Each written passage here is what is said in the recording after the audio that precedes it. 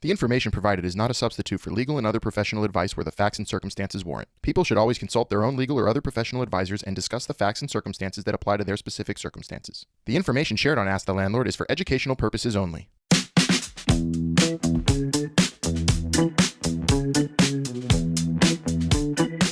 Hello, everyone, and welcome back to Ask the Landlord with your favorite landlord, Albert Dweck. I'm Melissa. I'm one of Albert's producers and a former New York City renter, and together we're going to be asking this landlord some questions. My question today is, all right, Albert, what are some landlord pet peeves? Oh my. Hi, Melissa. Hello. Oy, landlord pet peeves. What gets under your skin as a landlord? You know, a lot of the properties we manage have central heating systems, and what I really am after as a landlord is making sure my residents are comfortable and happy in their homes. And around heating season, especially in New York with older buildings, it's hard because you have certain people that are some people are colder than others, let's say, right? But and a lot of people as residents, like it might be 72 degrees in your apartment and you might be cold because you're, I don't know, you may not wear warm clothes, Right. Because but I'm from Miami. right. So the question is, right, you might be from Miami and you're like, oh, I'm so cold. This is too cold. Mm-hmm. Or you might be from Alaska and you're like, I'm used to the cold and and it's too hot, Mm-hmm. And you're like, that's a freak. So imagine, let's say you have a multi-unit building and as a landlord, you're like, the heat's on, the boiler's on, and you're providing the heat you're supposed to provide, which I'm going to tell you about in a minute. And then you go, oh, but there are some people that are cold. I'm like, yeah, but I want them to be warm. But certain people, like, people are older and they're colder, Right. or they're younger. And like, even in my own apartment, I like to sleep where it's colder. My wife likes it to be warmer. Mm-hmm. How do we handle that? So that's like, we have like these, how you have these commercials where you see the mattresses that make you cooler and stuff like Mm-hmm. that. So those are things that everyone has their personal preferences, and it's hard to manage that from a landlord's perspective, right? But then there are rules that everyone should know about the time. So every municipality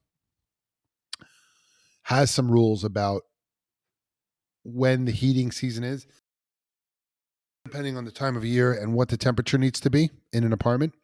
And if it's not, you should call your landlord, and you need to get these things taken care of, right? So as a landlord, I really, like I say, I work to do this, but a lot of people aren't aware of this. So I'm going to tell you the rules, and I just Googled it. So Yeah. What are the rules? What does the okay, so temperature now have to this is be? the heating rules in New York City.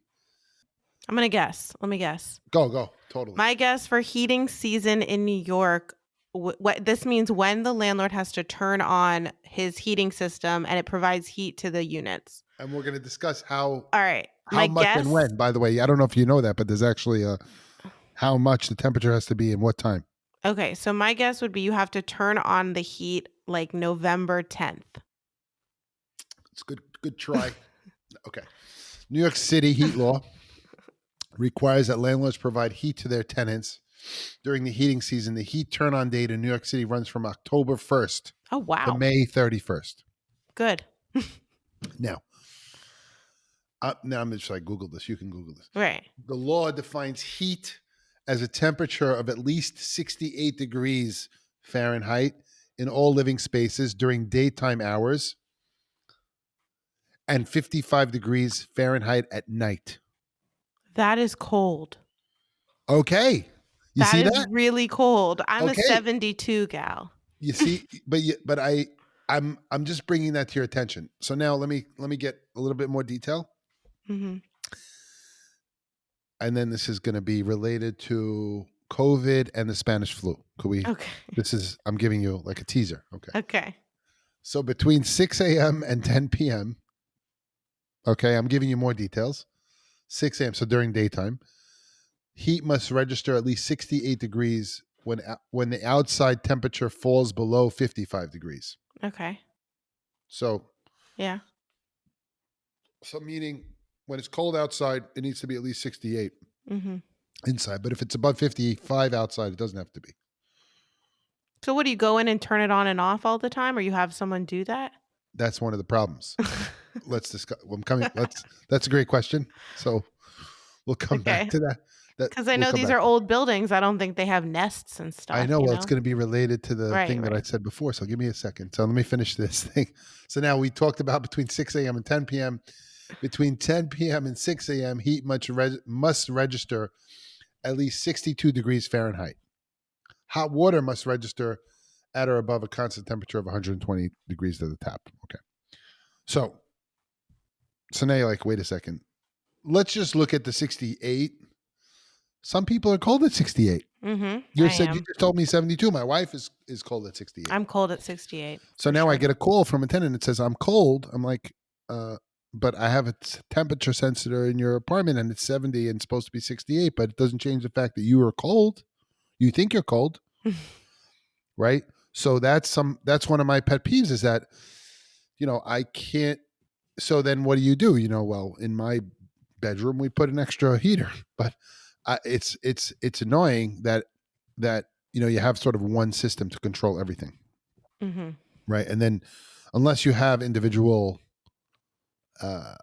units in rooms, which we have in some cases, but for the most part in these older buildings they have central heating systems. Now, one of the things that, and it's actually in the office that I'm in now, is that it's either boiling hot and you have to open the windows in the winter, Mm-hmm. and you're like, that's so inefficient, and you get to these buildings and they have these huge radiators, right? You see one right behind me is a huge radiator. Yep. Okay. You're like, that's big. Why is it so big? Why do you think it's big? I'm going to say that. Like, how about this? Just Because, like a little thought experiment. I mean, I don't know the square footage, but it's probably a big room you're in. Not that big, So it's heating up the whole room. but it's not that big. Then I don't know. Okay. So remember when COVID came around and I they said, do. oh, we're safer outside. Okay. So if you have like outside air, it's better. Mm-hmm. Okay. So now I'm going to say to you, in the Spanish flu, the same rules were applied. They said, oh, remember you had pictures of old classrooms being outside, people being outside because it was safer. So that when they built these old buildings after the Spanish flu, they wanted people to be able to open the windows in the winter. So they had to put enough heating in the buildings so that people could open the windows in the winter and ventilate with the outside air. So like that's overheating. So today you're like, oh, we don't do that, but the heat's on one blast and you're like, I have to open the window and I don't want to, but those days that's what the purpose was. That is a So good the buildings haven't been explanation. changed since then. Mm-hmm. So like, and you realize you go, that's so inefficient, but that was the purpose of that back then, and we have a little bit of a legacy from that. Wow. Isn't that interesting? It's very interesting. I never knew that, why all the radiators were that big. Or why was it got so hot? Like when you're in these buildings, like either hot or cold, and I have to open the window. That's why. Wow. Yeah. So now, hopefully, people who listen to the podcast are informed about what their heat is supposed to be by law and when, right? Because I'm looking at the laws there. And landlords also, it's like, oh, you're supposed to provide this. And then, but what happens frustratingly for me is people call up and say, oh, I'm too cold. And yet it's 70 in their apartment and it's supposed to be 68. Right. Right. So what do I do about that? Right. So I want to first, when I get a call like that, I then have to go check that individual apartment and make sure, hey, is the heat on at all first? Mm-hmm. And then maybe there's an open window, That's true. And maybe the person is, I have to see if they're wearing clothes and things like that. But certain people, like that's, you go through the checklist of, making sure that is the heat on. Maybe there's not enough heat. Maybe this person needs some more heat. Is there a way to augment that? But that's a little frustration that we have as landlords and as tenants, the dealing with these old central systems that don't work on demand, and then also knowing the laws about what's required and when. Those are cool. I never knew that. Yeah. That And there now, was a number. so then what, and then what happens is also a frustration for me is, and a good thing and a bad thing, right? So what I would prefer is if a resident calls me or my team up and makes a report about this and says, look, I have no heat, or I'm cold, which is fine, and then we'll deal with it. Mm-hmm. As opposed to calling like a city agency directly. And then we get from a call from the city agency. Like I appreciate that's an escalation, but some people go directly to do that. And I'd like to have the opportunity to deal with it Yeah, of course. Yeah. So that's a frustration. So a good step though as a tenant would be to get maybe a little thermometer in your apartment, because I know mine didn't come with it, and just put that in there, and so you can and you know what your temperature is. That's a great That's a point. good idea. And let me say it depends on where you put the thermometer. Oh, right. Yeah, I guess. Well, yeah, you can't put it on the radiator. You put it where. See, right. You see what I'm saying? Well, yeah, I have I'll some common sense. No, I'll tell you. It's fine. Like I got a call from a tenant once, and they said it's cold, and I'm like, and I happen to have a heating sensor in their apartment that I could look up now these days, right? So I type in the thing, and I look at the dashboard, and I see, it's 72 in their apartment, and I said to the guy, dude, it's 72 in your apartment. Lucky. He goes, so I said, so what's cold? He goes, the radiator's cold. I go, but it's 72 in your apartment. He goes, I go, so are you cold? He goes, no. He goes, it's cold, like meaning the radiator. And I'm like, that's what I'm after. I want it to be 72 and the radiator not being on. Oh my gosh. So you must deal with all sorts of. Yeah. So it's it's very interesting what that is. So anyway, I hope that helped, like knowing the heating rules in your neighborhood, area, municipality. You can Google them, and then you could actually have some thermometer in your apartment and check that out and say, hey, it's supposed to be this, it's supposed to be that. If it's not that, you should call your landlord and say, here's what's happening. And sometimes the windows are drafty and they need to be insulated, or sometimes the heating element's not working and that needs to be fixed. A lot of people don't know how the heat system works also. Like, do you ever see I'm sure you've seen baseboard heating. Mm-hmm. Yeah. So baseboard heating, the cold air goes down and then circulates around the baseboard pipes, so that if you have furniture that's all the way up against the pipes, the air is not going to circulate around that. So that's an issue.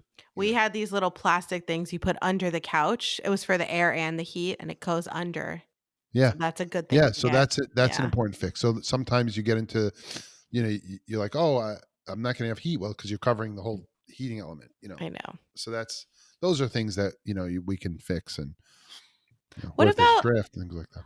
In my apartment, and a lot of them, they have like these like pipes. So there was a radiator, but then there's also this pole like in the bath. Is that just another version of a radiator? Yeah. What happens is that's a supply pipe. I'm looking at one here. That was like banging. New York. Sometimes New you York get banging in the pipes where there's like cold air hitting hot water, and it causes the pipes to bang. You didn't hear that, but sometimes during this podcast I get a banging.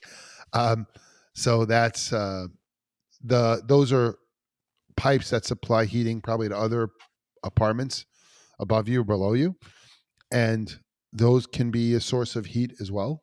Those get really hot. They get really hot, so you should watch out around those. But sometimes that's a source of heat as well. So, all right. Yeah. That was really, really good to know. I think we learned a lot from one of your pet peeves. I'm definitely interested to hear more in future episodes. So yeah, I learned all about heating. Thank you so much, Albert. You're welcome. Thank you. For more episodes, please subscribe to Ask the Landlord on your favorite podcast platform. We'd appreciate it if you left a review on Apple Podcasts. If you'd like to watch the show, check out our Ask the Landlord YouTube channel. If you have a question for Albert, feel free to contact him on Instagram at AskTheLandlord and check out his TikTok at AskTheLandlord. Bridging the gap between landlords and tenants, this has been Ask the Landlord. Thanks for listening.